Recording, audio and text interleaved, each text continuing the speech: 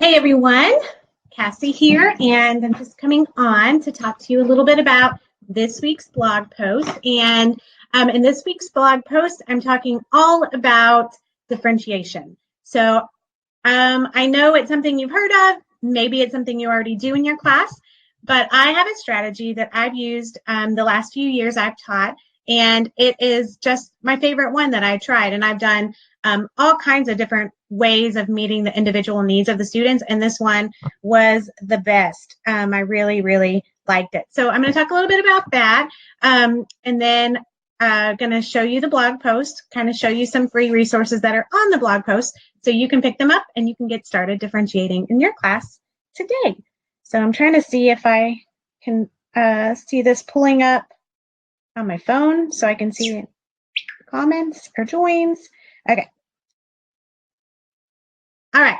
So here are some reasons that I absolutely love differentiating. And number one is the given, and that is it actually helps you meet the needs of each of your students. So everyone and every teacher in every class has a bunch of different types of students in their class that they're trying to meet the needs of. You have some students that are on level, some that are below level, some that have special learning needs, some that are gifted in certain areas, and you've got to meet all of those needs. And differentiating is the way you do it. And that is the number one thing that I love about it. It is possible, it's doable, and it makes a huge difference. I also love that differentiating frees me up. And I think that's because it really makes the class period seem so much longer than it is. When I gave up whole group and I started meeting with small groups while other groups were working on their own individual work, it made my class period last so much longer, and it let me meet with those small groups so much more often. So once I started really differentiating, I could see not only success in the classroom, but growth. So we use map testing. I don't know if any of you use map testing, but I remember looking at the chart. I loved looking at the graphs. So I could see it had this one quadrant graph that showed you where students' success was and also their growth. And so if they were in the top corner, that meant that they had a lot of growth and a lot of success. And that's what I was seeing. And it all comes from letting students work on the work that they're ready to learn and ready to do. And from you being able to work one-on-one with our small groups, maybe a few on one, or even one-on-one, because you have so much more time to do that. So those are the things that I loved about teaching and differentiating in my classroom. But there were some things that I hated, and mostly it was when I first got started because I felt so overwhelmed because I wasn't quite sure how to differentiate or what all that entailed. And I kind of thought it meant that I had to have a special lesson for every student. And I was just feeling like, how is that even possible? And so first off, it's not possible to give every single kid in your class something different to learn and to do. So take that off of your plate. You don't have to do what it's all about. Differentiating is letting kids learn what they're ready to learn in a way that is good for them. And on the blog, if you, let me show you real fast. So on this week's blog, it is all about differentiating, and the strategy I use is called the punch list strategy. And that just came from a name I made up based on my husband's job. And he was always talking about his punch list, his things that he had to get done. And that's kind of how it got started, and it stuck. But you can read all about that on the blog, and you can kind of get some ideas of how to go about it. So I kind of, if you want to get started, there's no reason to feel super overwhelmed because you're already doing all of the things that you need to do in order to differentiate. And so there are 3 P's of differentiation. So let's see. All right, the first one is to plan. So you already are planning, you're making your lesson plans, you're probably collaborating with your team, or you're at least scrolling on Instagram or Pinterest and you're getting ideas that you're going to use in your classroom. You're already planning what lessons, what activities, what games, all of that. So that is the first step, is before you just want to have it all planned out. So think about the skill that you want to teach and decide what the kids are going to need to do in order to learn that skill. Okay, so get it all together, and that's part of the planning. The next thing you're going to do is predict what might go wrong, what might go right, and what needs the students will have in order to be successful with the things that you planned. So you think about it, kind of imagine the situation, the kids learning it and all of that, predict what could go right, what could go wrong. And then the last thing you're going to do is think about what kind of things you could do to prevent those things from happening. So let's say you predict that the kids won't know how to play this game without you telling them every day. Well, to prevent that, you could make a little video that helps students know the rules of the game.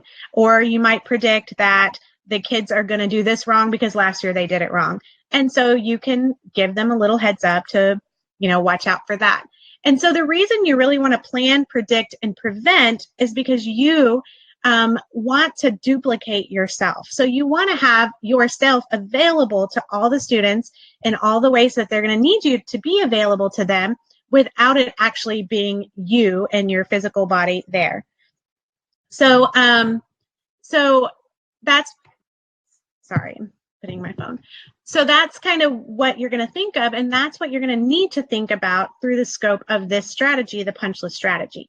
And so the punch list is just a to-do list that the students have, and you would make a list of the activities in the plan section, the activities that you planned in order for them to learn the skill. So this just has a list of them, of all the activities. It has some data tracking that the students can keep track of, some personal accountability for growth mindset. And this is something you can pick up right on the blog. You can download it free, and it's editable, so you can add in your own activities and things. And then the other part of the planning is going to come in. There is some planning sheets that help you think through the resources that the students are going to need to learn. The second part of the punch list strategy is kind of the predict and prevent portion. And let's see, let me go back over to, let me take this, let's go back over to the blog because there is a sample of a learning path. So the learning path is how you duplicate yourself in order for your students to be successful. So here's an example of one of the learning paths. So I predicted what students might need most help with, and then I thought, how can I prevent that? And a lot of times it just comes with some instructions that they can visit at any time or some directions that they can read. So here I just have, this is kind of the beginning. This is what the students are going to learn, how to figure out this whole skill is elapsed time. And so I kind of watch this video to learn a strategy, and you can quickly make a video in Screencastify or even find one on YouTube. So the students just click there and they kind of go through. So, they need to learn vocabulary. I have that ready for them. I know that and kind of thinking ahead and thinking about predicting and preventing, I know that this is some area that the students mess up. So I included that in the notes. I have links to the activities that they're going to do. I have links to challenges to meet the needs of the gifted students or the fast finishers. I have all kinds of different activities, but I am using this Google Slides and what I'm calling a learning path as the resource for the students, and so that they can have everything that they need in order to learn. And it's so important that they have everything they need, because that is how you are able to work with your small groups. And that is when the growth comes in. You working with a couple of students or even one-on-one, that is where you're going to see students learn and grow. And you have done all of the prep work ahead of time to facilitate this through the learning path, through the punch list, and the students can learn as independent learners. They can collaborate with each other, and it works out amazingly. So there is a lot more to read and to see and to learn about on the blog at CassiNoack.com.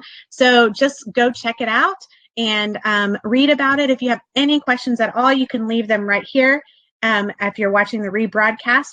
I will definitely get back with you, answer your questions. And maybe you want to know specifically how this looked in my class, or how students behaved, or how I knew that students were learning if I wasn't, standing up in front of them in the whole group situation teaching them.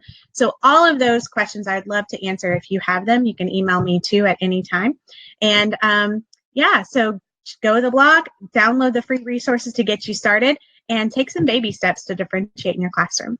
So anyways, I hope you have a great night. Bye.